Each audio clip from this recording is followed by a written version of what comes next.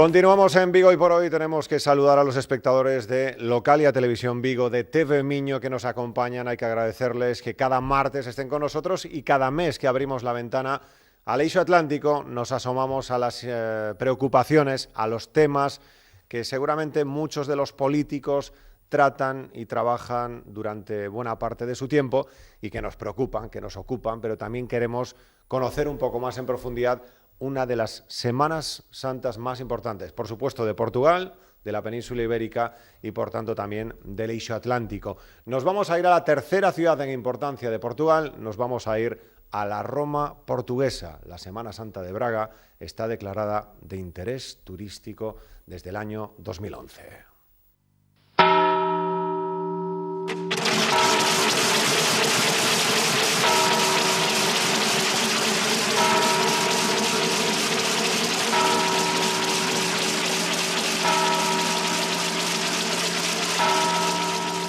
Visita Semana Santa de Braga.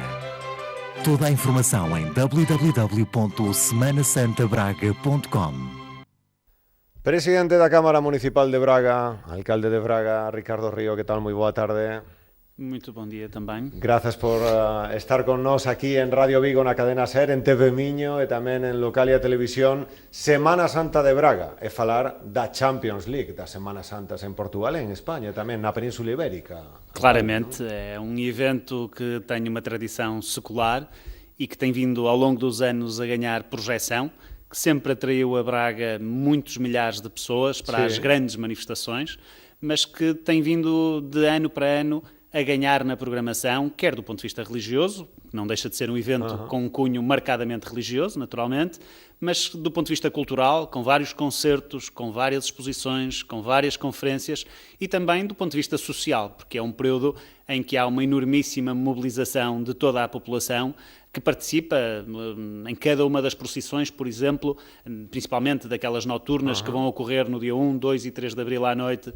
São centenas de figurantes que participam, já pessoas de fora de Braga que participam também nessas procissões e que se querem associar a esta iniciativa e que é uma mais-valia económica e turística enorme para a cidade de Braga. Cuidando moitísimo a tradición, pero tamén eses complementos importantes de exposicións, de concertos para, sobre todo, facer unha oferta cultural amplia, ambiciosa nesa Semana Santa tan importante, declarada de interés turístico, non?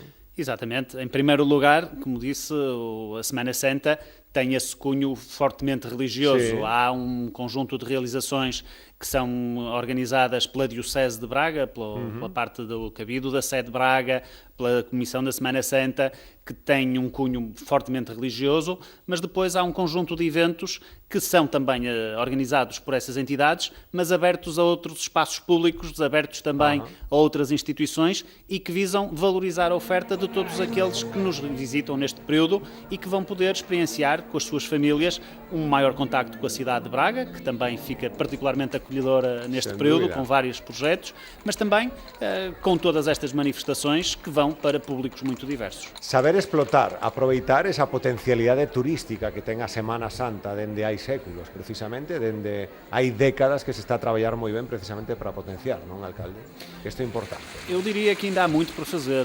Basicamente, nós temos estado a trabalhar também no domínio da promoção turística, tentando fazer chegar a Semana Santa de Braga, que é um ícone de Braga, um ícone de Portugal, um ícone de toda a Península, e eu acho que pode ser uma das mais relevantes Semanas Santas no contexto europeu, a outros mercados, nomeadamente do Sudeste Asiático, do Brasil, dos Estados Unidos, onde haja comunidades católicas que podem identificar aqui uma excelente oportunidade para, neste período também da Páscoa, poderem se deslocar a Portugal e, obviamente, usufruírem não apenas daquilo que Braga tem para oferecer, mas toda esta região, porque também nós participamos de uma forma alargada neste esforço de promoção de toda a região. E, por outro lado, do ponto de vista da própria Semana Santa de Braga, há que destacar que só em cada uma das procissões noturnas que nós realizamos, as estimativas da Comissão é de que participem a assistir cerca de 90, 100 mil pessoas em cada uma delas, o que é tremendo do ponto de vista da mobilização. Da mobilização e tamén esa tradición, ¿no?, da procesión do Señor Ecce Homo, que estamos falando precisamente dunha procesión de penitencia e nocturna, e chama poderosamente a atención tamén os farricocos, alcalde? Como lle podemos explicar? Os ointes de Radio Vigo, os televidentes de Localia, seguramente os televidentes de TV Miño coñecen os farricocos, pero estamos falando precisamente dunha procesión secular de penitencia que é moi chamativa, non? Para a xente que se achega pola solemnidade, polos silencios tamén. São três procissões, todas elas com características muito diferentes. A do dia 1, da quarta-feira, é uma procissão mais alegre, quase diria, em que é contada e recontada a chamada procissão da burrinha, porque a Nossa Senhora vai em cima da burra, e é uma procissão organizada por uma paróquia de Braga, a paróquia de São Vítor, mas em particular também em ligação com a Junta de Freguesia, mas que é uma recriação viva da Bíblia, em que são contadas as várias fases dos principais episódios da Bíblia. Portanto, é algo alegórico, até muito dedicada também para a infância, acaba por ser um momento muito, muito dirigido às famílias. A segunda procissão, essa que referia, do Ecce Homo, é bastante mais solene e é onde aparecem pela primeira vez essas figuras também muito particulares dos farricocos. Os farricocos eram penitentes, eram pessoas que ao longo dos anos participavam, hoje já não é assim, infelizmente, mas ao longo dos anos eram pessoas que participavam nestas procissões como forma de penitência, em que iam com a sua cara coberta, com o corpo completamente coberto, muitas vezes descalços, ora com esses instrumentos que produzem esse som particular que nós víamos há pouco naquele vídeo da apresentação, mas também a carregar os lumes, a carregar as pinhas para acender os lumes. São várias, digamos, figuras que encarnam nessa procissão e que é o momento em que se apresenta o Nosso Senhor para a condenação, daí a designação do Ecce Homo. E depois, naturalmente, na sexta-feira à noite, uma procissão que também tem uma carga até emotiva muito pesada, que é com o respeito das pessoas, com as luzes mais controladas do ponto de vista das artérias por onde passa a procissão do enterro do Senhor, onde é feito, digamos, o cortejo fúnebre que acompanha o féretro do Senhor. Estamos falando precisamente dunha das máis importantes, unha Semana Santa que tamén está caracterizada polo silencio, pola solemnidade, que é, sen dúbida, algo moi chamativo, non, alcalde, ter milleiros e milleiros de persoas seguindo estas procesións espectaculares en silencio e sobre todo dándolle unha solemnidade moi chamativa, non? É extraordinário porque, no fundo, mesmo pessoas que não são da religião católica e que participam e assistem às procissões, porque acham que há ali também um cunho cultural interessante e atrativo do ponto de vista do seu visionamento, acabam por participar no espírito dessa mesma procissão, respeitando claramente o momento que se está a viver, mantendo o silêncio. As próprias luzes da cidade, no caso, por exemplo, da procissão do enterro do Senhor, são ligeiramente reduzidas para lhe dar um cunho mais solene e é de facto um momento, diria, muito interessante do ponto de vista da sua participação. Sen dúbida que estamos falando da terceira cidade en importancia de Portugal. E como está a terceira cidade en importancia de Portugal nestes intres, alcalde? Como podería facernos a radiografía neste momento de Braga? Como está Braga? Braga está num período de grande vitalidade.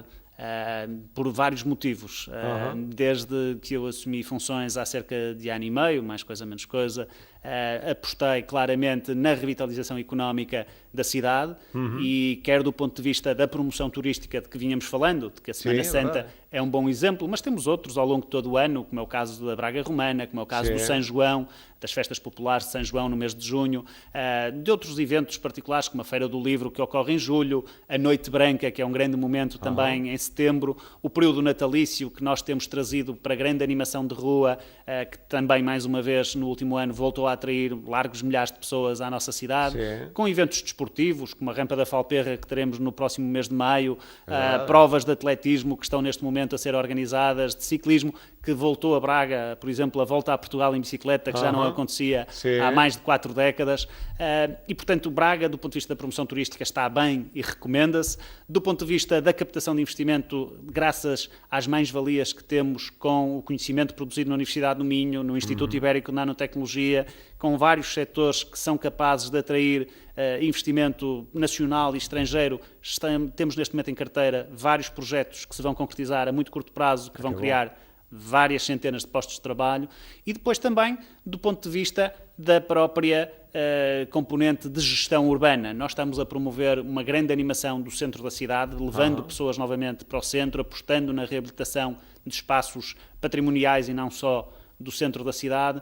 Depois também no domínio da sustentabilidade, com vários investimentos em projetos na área da eficiência energética, na área da gestão dos sistemas urbanos. Braga está a querer posicionar-se como uma das cidades líderes no processo de criação de cidades inteligentes em Portugal. Sim. E, obviamente, que também nesse domínio estamos a fazer vários investimentos de modernização da própria cidade, da própria Câmara, que vão qualificando as respostas para os cidadãos. E como se conxuga precisamente eso, alcalde? Estamos falando da Roma de Portugal, dunha das cidades máis históricas de Portugal, e vostede tamén quere facer esa aposta pola modernidade. Como ten que crecer, evolucionar Braga para conxugar modernidade e tradición histórica e riqueza patrimonial? Eu acho que Braga tem conseguido fazer essa conciliação de forma quase perfeita. Somos uma cidade histórica, monumental, com um vastíssimo património, desde o Bom Jesus ao Mosteiro de Tibães, à Sé de Braga e várias outras peças arquitetónicas de relevo, mas também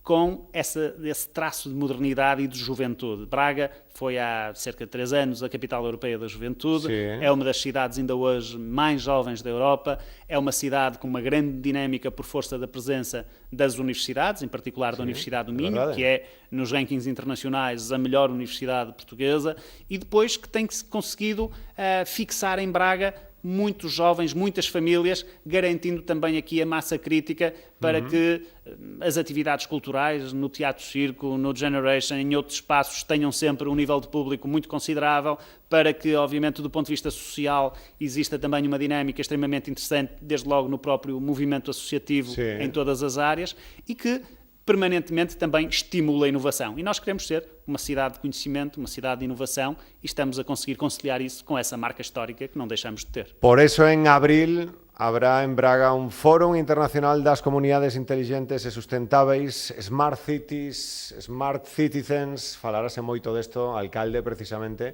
na súa cidade, en Braga. Conte-nos. Nós não queremos que este chavão, quase diria, das Smart Cities seja apenas um rótulo, seja apenas uma carta de intenções que não tenha concretização depois no terreno.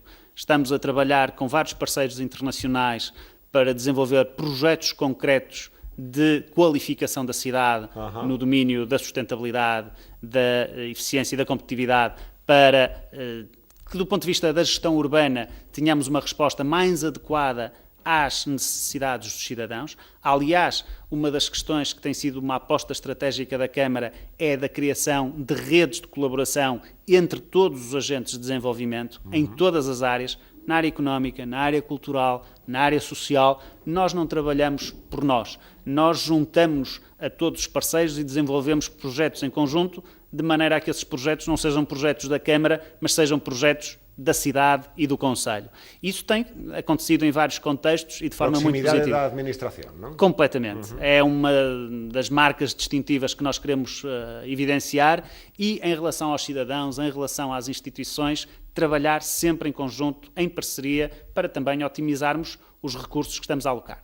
E é nesse contexto que surge este projeto do Fórum Internacional das Comunidades Inteligentes e Sustentáveis. Nós estamos, como eu dizia, a desenvolver esses vários projetos em que queremos que Braga seja um laboratório vivo para experienciar na área da iluminação pública, na área da gestão de transportes, na área da gestão de resíduos, na área da governação integrada, na área da ligação entre os meios tecnológicos existentes. Braga, por exemplo, a partir de meados do ano passado, passou a ter uma rede de Wi-Fi de acesso livre em todo o centro da cidade, precisamente para dar outras condições aos nossos turistas e aos próprios cidadãos da cidade. Está funcionando, alcalde, para que tomemos nota aqui em Vigo? Perfeito. Sim. Vale. Podemos recomendar. Vale.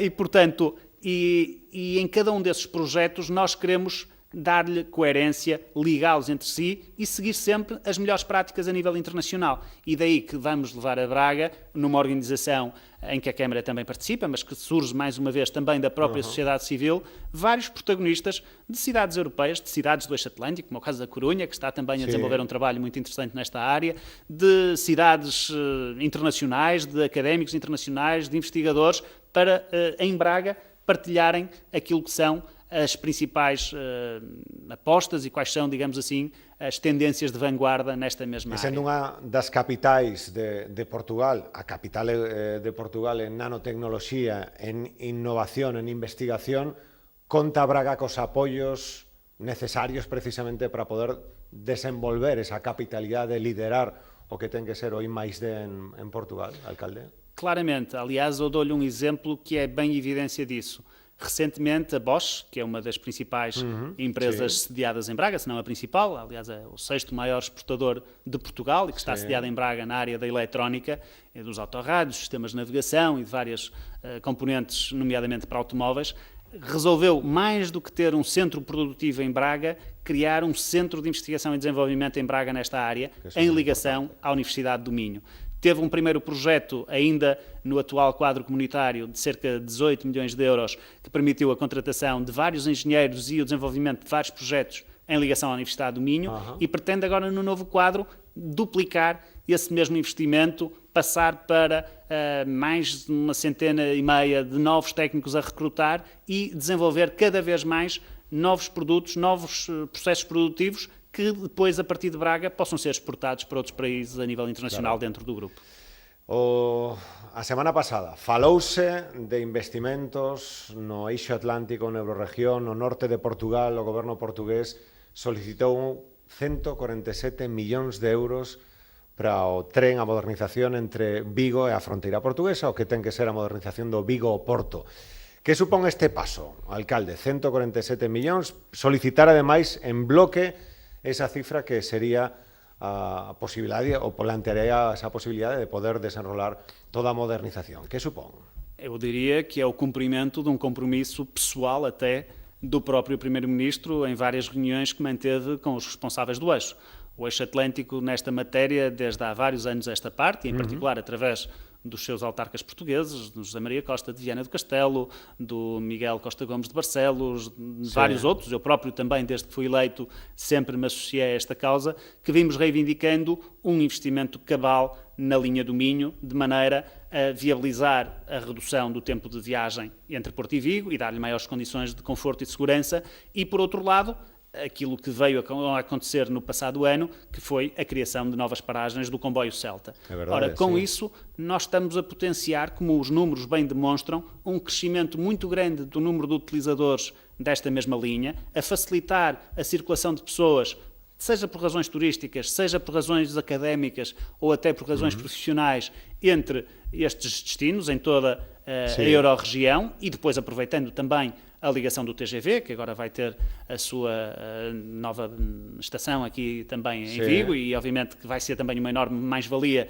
porque nós continuamos a considerar que o TGV via Galiza é a nossa porta de entrada para a Europa, mais até do que qualquer outra ligação que venha a ser criada a sul, e portanto, obviamente que esses investimentos são muito importantes, porque vêm garantir que a um curto espaço de tempo, esperamos que nós até 2017, possamos concluir toda a intervenção na linha do Minho e criar as condições que há muito vimos reivindicando. 2017, é mais ou menos esse é o plano que estava pré-estabelecido. Porventura, com estes atrasos que se verificaram, poderá haver alguma derrapagem, mas a partir do momento em que a candidatura seja aprovada, a partir daí só esperamos é que as obras avancem a todo o gás. Están tamén licitados, pendientes, esos 38 millóns aproximadamente de euros. Tivo vostede que descolgar moitas veces o teléfono, alcalde, xa que tamén do PSD, para falar co goberno de Lisboa, a ver como está o tema ou non. Houve aqui um atraso, porque num determinado momento entendeu-se que havia outros investimentos mais prioritários. Infelizmente, é o repetir de uma história que ao longo dos últimos anos se foi verificando em relação, não só em relação a Braga, mas em relação a todo o Norte, com graves prejuízos para o Norte do país, que obviamente atrasou a nossa capacidade de recuperação e o nosso potencial de desenvolvimento, mas neste caso, mais do que evocar os erros do passado, é importante ter essa esperança no futuro e admitir que desta vez a obra é para se fazer e muito, muito depressa. Vostede, ademais, que traballou moito, e coméntanos sempre que falamos con xente do eixo atlántico, con expertos, as relacións con outros municipios importantes do norte de Portugal, que non había demasiada fluidez de relacións, colaboración, por exemplo, Viana do Castelo, Guimarães, e vostede xa marcou moitísimo as pautas a seguir tamén desa colaboración con outros municipios, ¿no? Esse foi, se calhar, um dos grandes erros do Norte e dos seus responsáveis, foi de estarmos demasiado tempo de costas voltadas uns para os outros, cada um a tentar gerir a sua pequena capela, o seu pequeno território, sem perceber que, olhando para aquilo que se vai passando ao lado e tentando conquistar aliados mais do que cultivar inimigos, nós podíamos fazer muito mais. Houve uma enorme rivalidade entre Braga e Viana que não se justificava, houve uma histórica rivalidade entre Braga e Guimarães, quase diria mais por razões futebolísticas do que sociais ou económicas, e que também aqui assim tinha que ser ultrapassada, porque estamos a falar de duas cidades separadas por 10 minutos que representam uma boa parcela daquilo que é o potencial de desenvolvimento futuro do Norte e que estão ligadas desde logo pela própria Universidade do Minho. Entre Braga e Porto, entre Braga ou entre o litoral e o interior, nunca houve esse espaço de colaboração. E se eu tenho dado algum contributo para que hoje as coisas não sejam assim, eu fico naturalmente satisfeito, porque temos uma excelente relação com Viana do Castelo, com Guimarães, com o Porto, com Trás-os-Montes, quer com Vila Real, quer com Bragança, com Chaves, enfim. E isso é fundamental para todos nós. Bueno, colaboración en turismo con o Porto tamén, algo que é moi importante, xa que falamos de potencialidades turísticas do norte de Portugal, neste caso de Braga e do Porto. O Porto tem conseguido ter uma enormíssima atratividade, mas nós costumamos dizer que o aeroporto do Porto é também o aeroporto de Braga. Nós estamos a 20 minutos. Em qualquer cidade europeia demora-se mais tempo a chegar ao aeroporto dentro da cidade do que nós demoramos a chegar ao aeroporto do Porto ou ao Porto de Leixões. E, portanto, isso tem que ser aproveitado, tem que se criar aqui uma complementaridade de oferta. Ninguém vai passar uma semana no Porto, ninguém vai passar uma semana em Braga, mas se nós conseguirmos conciliar tudo aquilo que Braga e o Norte têm para oferecer, seguramente conseguimos atrair cada vez mais turistas.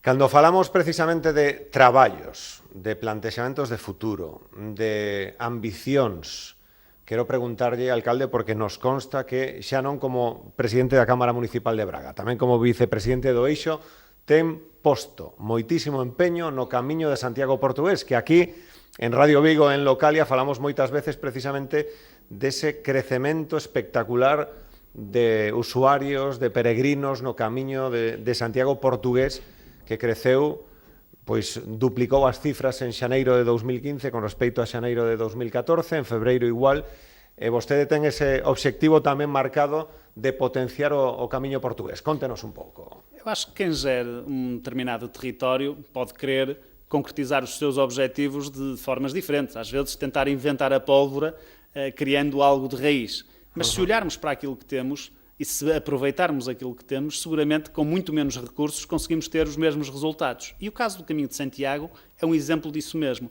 O Caminho de Santiago tem todas as condições para ter o êxito do ponto de vista da atratividade que tem, por exemplo, o Caminho Francês, que atrai por ano milhares e milhares de pessoas e que depois, naturalmente, acabam por beneficiar todas as localidades do percurso. O caso do Caminho Português esteve durante muitos anos algo esquecido, algo perdido em termos de querelas também entre várias autarquias. E neste momento, no contexto do eixo, nós assumimos como desígnio prioritário a valorização e a qualificação do Caminho Português de Santiago.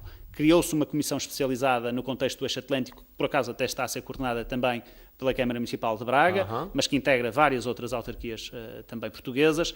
Tivemos um diálogo desde a primeira hora, quer com a Comissão de Coordenação e Desenvolvimento Regional do Norte, quer com a Junta da Galiza, que também são parceiros incontornáveis deste projeto.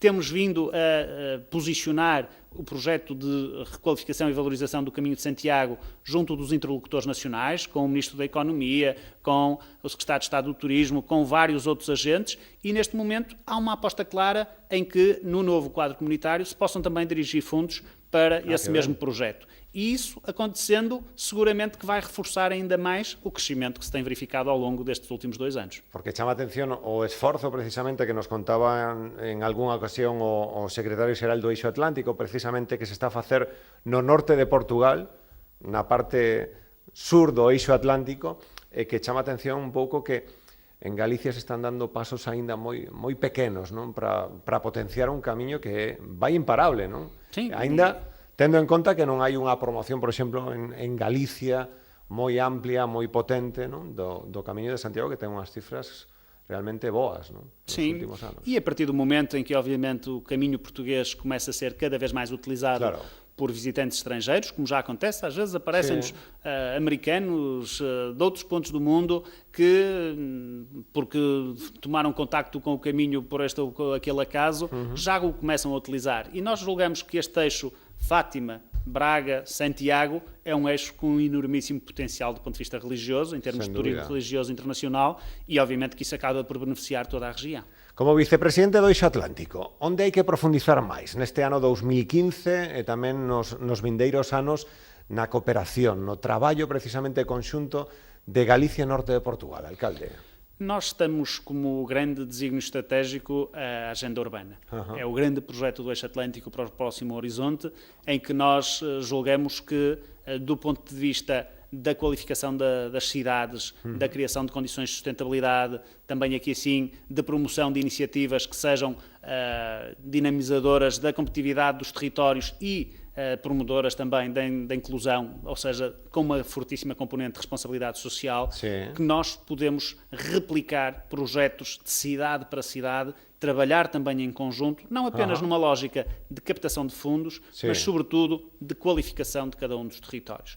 E isso está a ser desenvolvido neste momento com especialistas do melhor que a região tem, quer do lado português, quer do lado espanhol. Temos já equipas de trabalho para cada uma destas temáticas que estão a desenvolver estudos em ligação também aos centros das universidades, e eu julgo que ao longo dos próximos 2-3 anos teremos aqui resultados muito concretos para mostrar e para dar origem a projetos que vão ser transformadores de toda esta região. Porque dá a sensación que, por exemplo, xa que comenzamos falando de turismo, das potencialidades da riqueza patrimonial, no turismo hai unha potencialidade que hai que explotar, non? Precisamente no Eixo Atlántico. No turismo nós temos feito já um trabalho, diria, dos mais consistentes. É uma das áreas em que o Eixo Atlântico tem trabalhado bastante bem e em que tem havido uma grande ligação entre as cidades, quer na promoção de eventos em cada uma das cidades, como é o caso da Bienal do Eixo, como é o caso da Mostra Musical, enfim, de vários projetos na área da gastronomia, o roteiro Dois Países, um Destino, que foi também editado e divulgado por várias publicações dos dois lados da fronteira e disponibilizado nas lojas de turismo.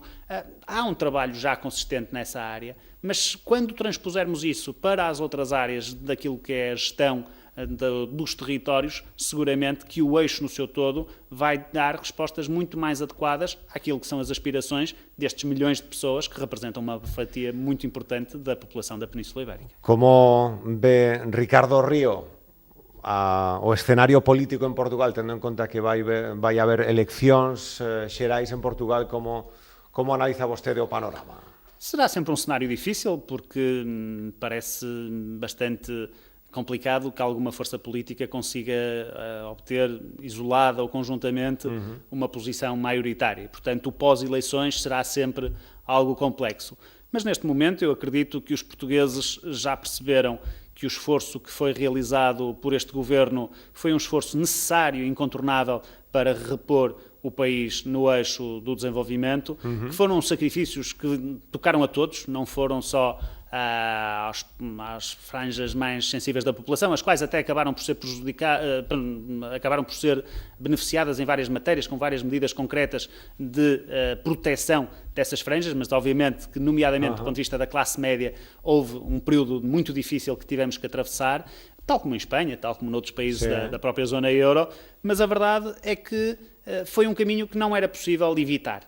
Poderia ter aqui além sido feito de outra forma, com outras medidas a complementar, mas o grosso das iniciativas tinha que ser de facto concretizado. E neste momento, para o futuro, é importante perceber quem é que tem um projeto sólido e credível, e a verdade é que nos parece também que o Partido Socialista ainda não apresentou esse projeto, talvez por uma tentativa de capitalizar eleitoralmente no silêncio. Eu acho que está a prolongar excessivamente a omissão sobre aquilo que são os projetos do Partido Socialista, os compromissos do Partido Socialista para o futuro do país, e os portugueses também não passam cheques em branco a ninguém. Passos Coello, dará um paso à frente? Como analisa Ricardo Río? Que considera vostede? O Primeiro-Ministro teve que assumir a liderança deste período muito difícil, obviamente. Como eu disse, houve opções e decisões que por vezes não foram as mais corretas. Isso acontece com todos os governos, acontecerá seguramente comigo enquanto Presidente da Câmara Municipal de Braga, mas acho que no cômputo geral o balanço é positivo.